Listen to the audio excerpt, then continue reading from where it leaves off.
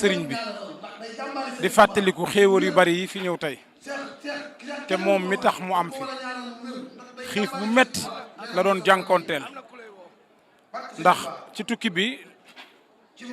daan na toog ba ngoon jot bu bëgg lu mu dogee du ko am day dagg ci xobi garab yi yéey ko comme nga dégg sëñ Bay Jaxate naan ko daan nga mosub ñax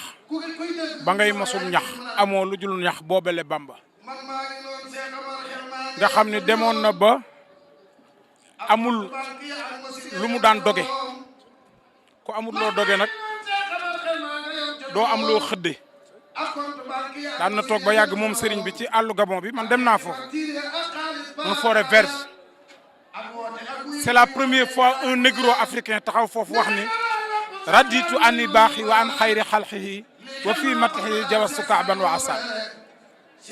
moo tax jàmmi réew mi du politicien yi du homme de tenue du dara Serigne Touba la Serigne bi moo mayee jàmm moo ko ñaan fa mu ko doon ñaane góor lottu na fa sax taxaw di wax amin foofee nag toog na ci weeru koor goo xam ni daan na toog ba ngoon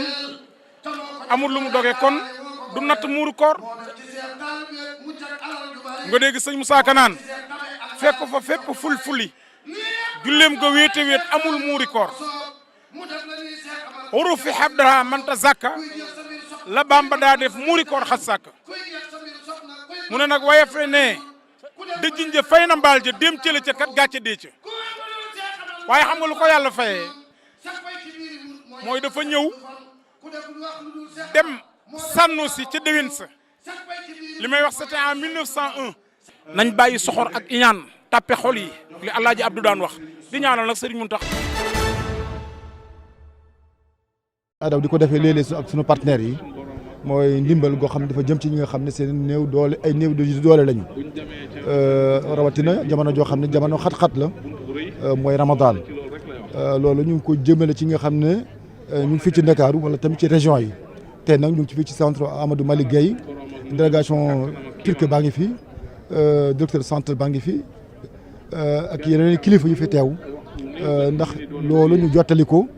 ñu xamal ko askan wi waaye tamit ñu tàllal loxo ñeneen ñi Sénégal yi nga xam ne mën nañu ñu dimbali ñi nga xam ne mënuñu ñu bañ a doylu rek ci li nga xam ne mooy jóge ci biti. dafa am ñaari fànn dañu tuddee aide occasionnelle mooy benn jamono ñëw na Ramadan ñëw na Tabaski ñëw na joxe ay xar wala joxe ay yàpp ak yu mel joxe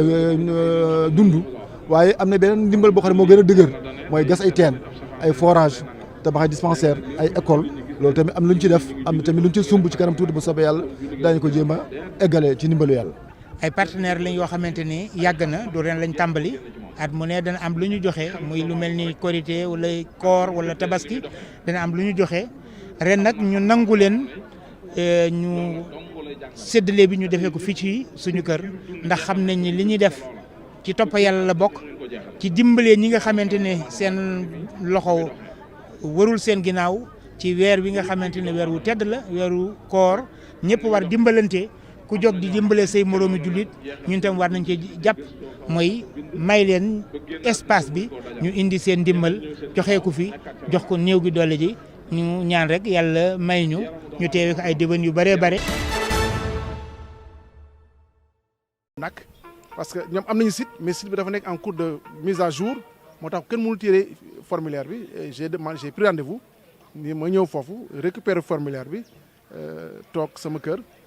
remplir ko su ma paree bu neex yàlla ma delloo ko déposer comme nu ma déposé rek ba may dugg en fonction xëy na fii rek une semaine maa ngi ci bon parce que nekkul formulaire bu yomb donc il faut remplir ko mais sans difficulté en particulier mu kii naa une semaine daal fii rek une semaine aw ma délai en fait y a pas de délai bu ñu la fixé pour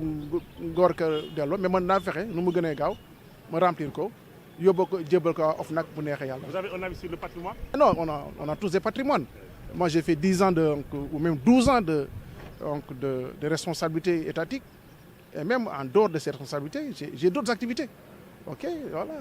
on dit quand même ça fait. Je suis entré en fonction quand j'avais 47 ans. De 0 à 47 ans quand même j'étais quelque part. Nous avons procédé à la cérémonie. ci suba yëkkati nañ raay réew mi ngir màggal bés bi nga xamante ne nii moom la ñu moomee suñu bopp. comme ni ngeen ko xamee atum ren dafa yemook li nga xamante ni mooy ñu jóge ci ay élection ya nga xamante ni si lañ fale njiitu réew bu bees di Bassirou Diomaye Diakhar Faye moom njiitu réew boobu sax moo sàkku atum ren ñu defee fête bi noonu la ñun nag dañoo def dëppoo boobu le mbir thème ren bi nag les forces de défense et de sécurité au cœur de la cohésion nationale di ab thème d'actualité méngoo ko dëppale gi nga xamante ni mooy xew-xew ci réew bu Sénégal di wane bu baax a baax liggéey bi nga xamante ni force de défense et de sécurité yi ñu ngi koy amal jëm ci wàllum cohésion sociale ak cohésion nationale ndaxte mënuñoo wax juboo te waxuñu wàllum kaaraange ñii la di force de défense et de sécurité yi ñoom ñooy yor wàllum kaaraange gi ba tax li la di dal ak jàmm mën a am ci askan wi yëpp moo tax may profito ci bés bi rek ngir jaajëfal ñi nga xamante ni ñoo di takk der yëpp ñi nga xamante ni dañoo joxe seen lépp ngir dal jàmm ak lépp la nga xamante ni jëm na ci nekkinu askan wi mën a yemb ñu defal ko ci anam ya nga xamante ni moo gën a mucc ayib. Par ainsi